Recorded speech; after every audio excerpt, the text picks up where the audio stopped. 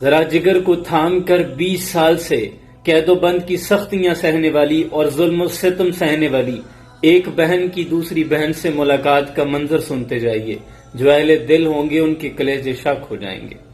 Doctor Fauzia Siddiqui کی doctor Aafia Siddiqui سے 20 سال بعد ملاقات ہوئی ہے، اور ملاقات کا حال کچھ یوں ہے کہ 20 سال کے بعد جب بہن اپنی بہن سے ملاقات کے لیے جاتی ہے تو دل میں یہ ارمان تھا کہ اسے گلے لگا کر اس پہ گزرنے والی سختیوں کے بارے میں پوچھوں گی کہ اس نے 20 سال کی یہ تمام اذیتیں کیسے برداشت کی. لیکن ظلم و ستم کی انتہا دیکھیے کہ دونوں بہنوں کے بیچ ایک موٹے شیشے کی دیوار حائل ہو گئی.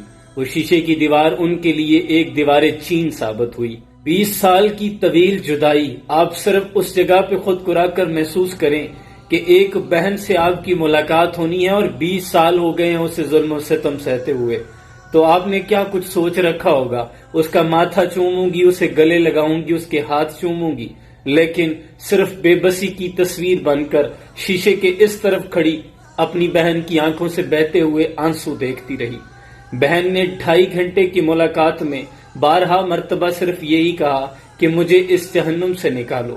فوزیہ صدیقی کے مطابق ڈاکٹر عافیہ صدیقی کے سامنے والے 4 دانت توڑ دیے گئے ہیں. اس کے ماتھے پر زخموں کے نشان تھے. سر پہ چوٹ لگنے کی وجہ سے قوت سماعت بھی بہت کم رہ گئی ہے. 2.5 گھنٹے کی اپنی روداد سناتے ہوئے عافیہ صدیقی نے 12 مرتبہ بہن سے پوچھا کہ میرے بچوں کا کیا حال ہے، مجھے امی بہت یاد آتی ہیں. جبکہ عافیہ صدیقی جانتی نہیں کہ ماں اس کے انتظار کے صدمے سہتی ہوئی اپنے خالق حقیقی کو پیاری ہو گئی ہے.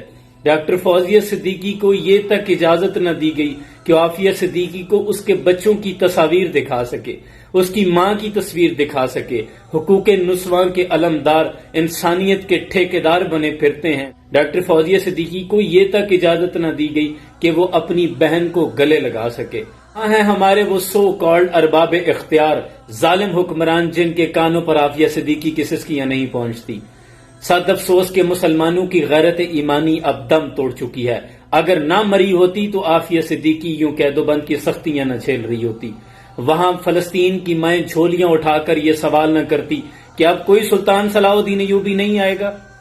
مقبوضہ کشمیر کی بچیاں دریائے جہلم کے کنارے کھڑے ہو کر یہ صدائیں نہ لگاتی کہ اب محمود غزنوی کے گھوڑے نہیں آئیں گے، اب کوئی سلطان التمش نہیں آئے گا، کیا کوئی محمد بن قاسم نہیں آئے گا. ہاں میری بہن، اب یہ سب نہیں آئیں گے، کیونکہ اب اسلام امن کا درس دیتا ہے. اب کوئی سلطان صلاح الدین ایوبی پیدا نہیں کرتا.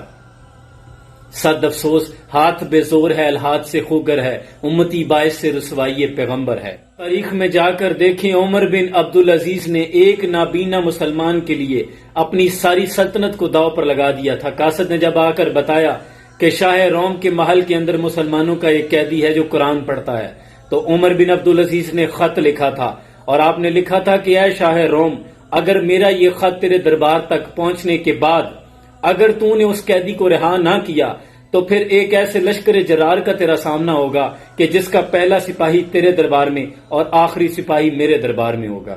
حضرت خالد ابن ولید نے رومن امپائر کے سامنے چند ہزار کا لشکر اتار کر اور امام حسین نے کربلا کے اندر مٹھی بھر لوگوں کے ساتھ یہ پیغام دیا تھا کہ مسلمان یہ نہیں کہتے کہ ہماری اکانومی کمزور ہے.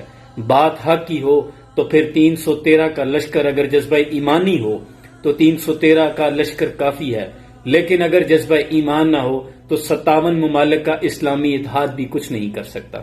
آقا مصطفیٰ صلی اللہ علیہ وسلم نے صرف ایک خاتون کی عزت پر ہاتھ ڈالنے کی وجہ سے پورے بنو قینقاع قبیلے کو نکال دیا تھا کہ تم نے عورت کی عزت پہ ہاتھ ڈالا ہے. لیکن اب ہماری غیرت ایمانی ختم ہو چکی ہے. اللہ سے فریاد ہے کہ اے یوسف کو کنویں سے محفوظ رکھنے والے مالک، ابراہیم علیہ السلام کو آگ میں محفوظ رکھنے والے مالک، اور یونس علیہ السلام کو مچھلی کے پیٹ سے زندہ نکالنے والے اللہ، تو عافیہ صدیقی کے لیے واحد سہارا ہے، کیونکہ ہمارے ایمان ختم ہو چکے ہیں. اور وہ لوگ جو یہ سمجھتے ہیں کہ ہم کچھ نہیں کر سکتے، صرف عافیہ صدیقی کی آواز کو اتنا بلند کریں کہ ایوان لڑکھڑانے لگیں. اس کے نام کو اتنا پکارو، اتنا ٹرینڈ بناؤ. اس کو فضول ٹرینڈ تو بناتے ہو، یہ بھی ایک ٹرینڈ بناؤ کہ ہمیں اس کی آزادی چاہیے.